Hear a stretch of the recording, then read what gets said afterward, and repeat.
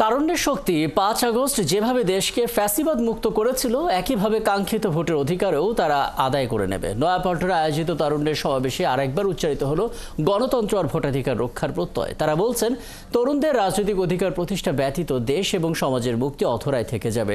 ফ্যাসিবাদের পতনের পর নতুন বাংলাদেশ বিনির্মাণে তরুণ নেতৃত্বের ওপরে আস্থা রাখার কথা বললেন তারা। রহিম রুমন জানাচ্ছেন প্রতিবেদন।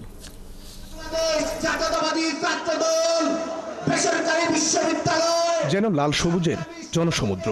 বিশাল এই জনসমুদ্রের এক প্রান্ত ফকিরের পুল, আরেক প্রান্ত কাকরাইল। সারা দেশ থেকে আসা তারুণ্যের স্রোত যেন মিলেছে নয়াপল্টনের সড়কে। কারো হাতে বিভিন্ন দাবি সম্বলিত প্ল্যাকার্ড, তো কারো হাতে দলের বা দেশের লাল সবুজ পতাকা।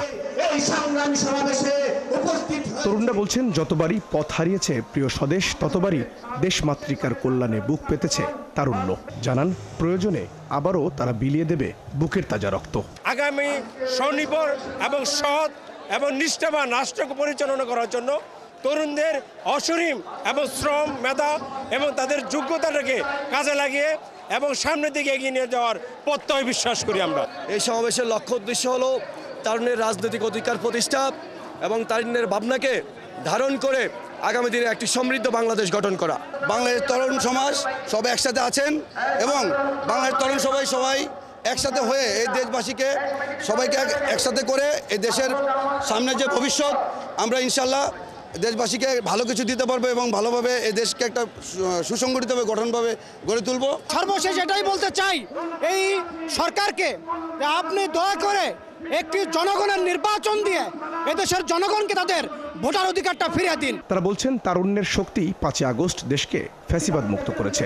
একই শক্তি এবার কাঙ্ক্ষিত ভোটের অধিকার আদায় করে নেবে বলেও প্রত্যয় জানান তরুণরা। আগামীর বাংলাদেশ, যে বাংলাদেশ রাষ্ট্র গঠন হবে সরকারের জনগণের ভোটে, সেই বাংলাদেশে তরুণ প্রজন্মের পার্টিসিপেশন যেন থাকে, তার অধিকার রক্ষায় এবং ন্যায় বিচার, সুশাসন, চাকরি, ব্যবসা বাণিজ্য সব জায়গায় তরুণের অগ্রাধিকার যেন নিশ্চিত হয়, তার জন্য আজকের এই সমাবেশ।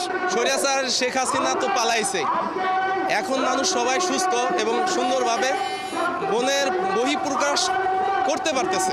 আমরা এই বাংলাদেশকে একটি আগামী দিনে তরুণ প্রজন্মের জন্য একটি বসবাসযোগ্য বাংলাদেশ গড়তে চাই, গণতান্ত্রিক বাংলাদেশ গড়তে চাই।